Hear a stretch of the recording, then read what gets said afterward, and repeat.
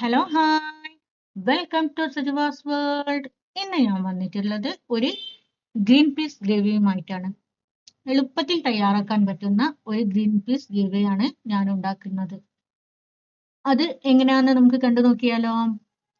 ആദ്യം തന്നെ തലേ ദിവസം രാത്രി ഗ്രീൻ പീസ് കുതിർത്ത് വെക്കുക. എന്നാൽ നമുക്ക് എളുപ്പത്തിൽ രാവിലെ കറി ഉണ്ടാക്കാൻ പറ്റും. ആദ്യം തന്നെ കുക്കറിലേക്ക് 1 സ്പൂൺ വെളിച്ചെണ്ണ ഒഴിച്ചിട്ട് ഇഞ്ചി, വെളുത്തുള്ളി, പച്ചമുളക്, സവാള, തക്കാളി ഇവ ചേർത്ത് നന്നായി ഒന്ന് വഴറ്റിയെടുക്കുക.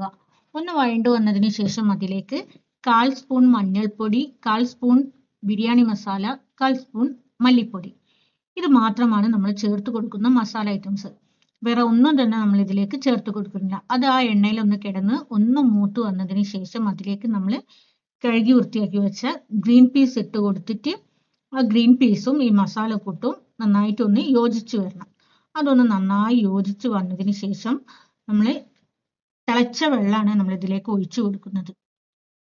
ഗ്രീൻ പീസ് മുങ്ങിക്കിടക്കുന്ന തക്കവണ്ണം നന്നായി തിളച്ച വെള്ളം ഒഴിച്ചു കൊടുത്തിട്ട് നമ്മൾ അതൊന്ന് തിള വന്നതിന് ശേഷം കുക്കർ അടച്ചു വെച്ച് 6-7 വിസിൽ വരുന്നവരെ നമ്മൾ വേവിച്ചെടുക്കണം. നന്നായിട്ട് ഗ്രീൻ പീസ് വെന്തിരിക്കണം. നന്നായി വെന്തതിന് ശേഷം നമ്മളൊന്ന് അതിൻ്റെ പ്രഷറൊക്കെ പോയതിന് ശേഷം ഒന്ന് തുറന്നു നോക്കുക. അപ്പോൾ ഗ്രീൻ പീസ് നന്നായി വെന്ത് കുറുകിയ ചാറോട് കൂടി ആയിട്ടുണ്ടാവും.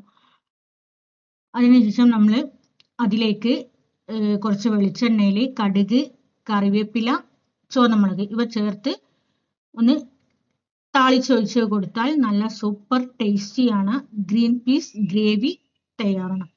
നമുക്ക് എല്ലാത്തിൻ്റെ കൂടെയും ഇത് കഴിക്കാം.